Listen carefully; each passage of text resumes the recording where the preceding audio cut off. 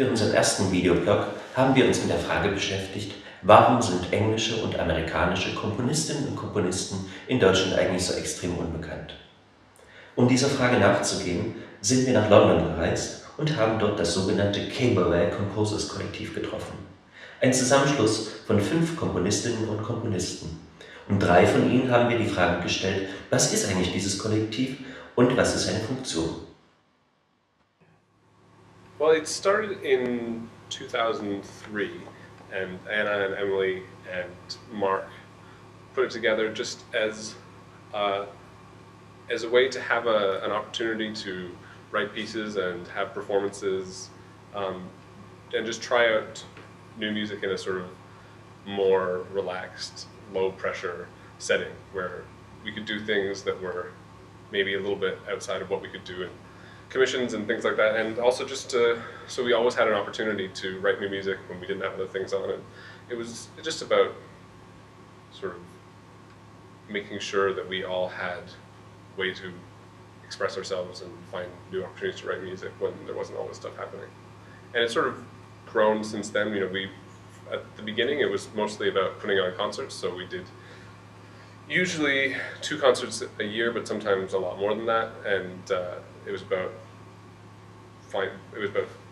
putting these concerts on all over the UK, and since then we've less focused on actually putting on concerts because we've all have a lot more other work to do now. So now it's more just a collective of people who share ideas and talk to each other about music and are just associated with each other.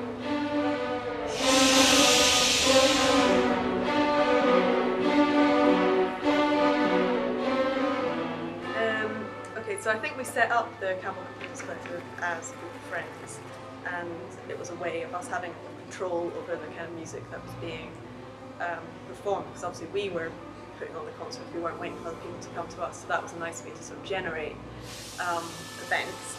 But it was always also a social thing. You know, first and foremost we were good friends, and so it was a way for us to do something together.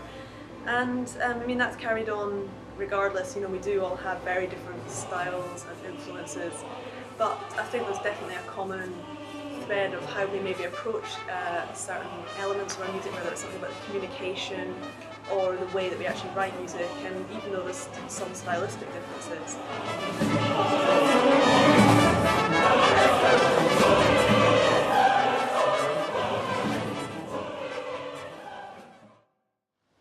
Im Rahmen unserer Konzertreihe mit dem zauberhaften Titel Butterfahrt haben wir 2 dieser Komponisten vorgestellt.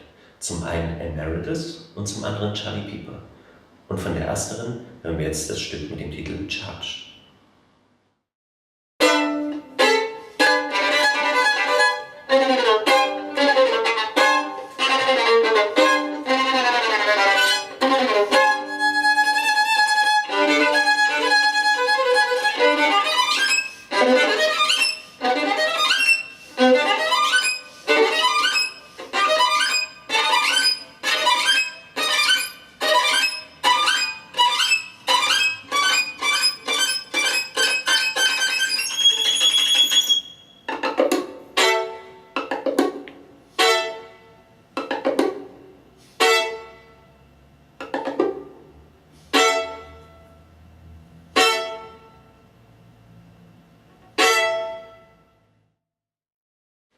Das zweite Stück ist von Charlie Pieper und trägt den Titel Supertaster. Supertaster bezieht sich auf ein interessantes Phänomen, nämlich dass bestimmte Menschen nur über einen Teil ihrer Geschmacksnerven verfügen können. Was das mit seiner Musik zu tun hat, das erklärt er uns jetzt selbst.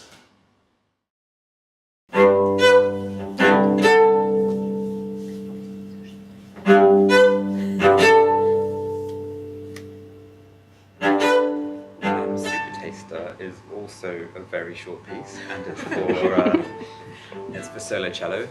And supertaster, the word, if you're not aware of it, is refers to a person who has a very sensitive sense of taste,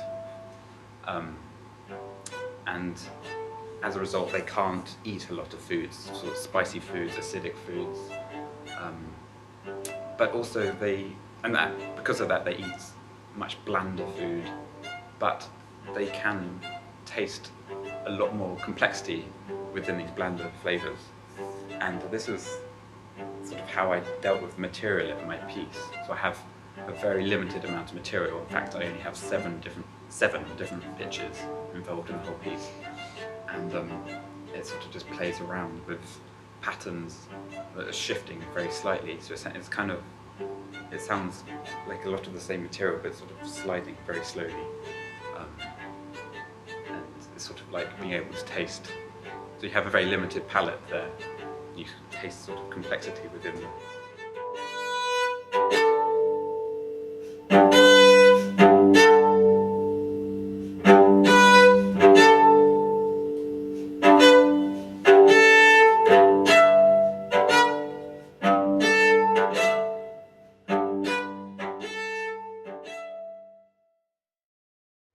Das war unser erster Videoblog.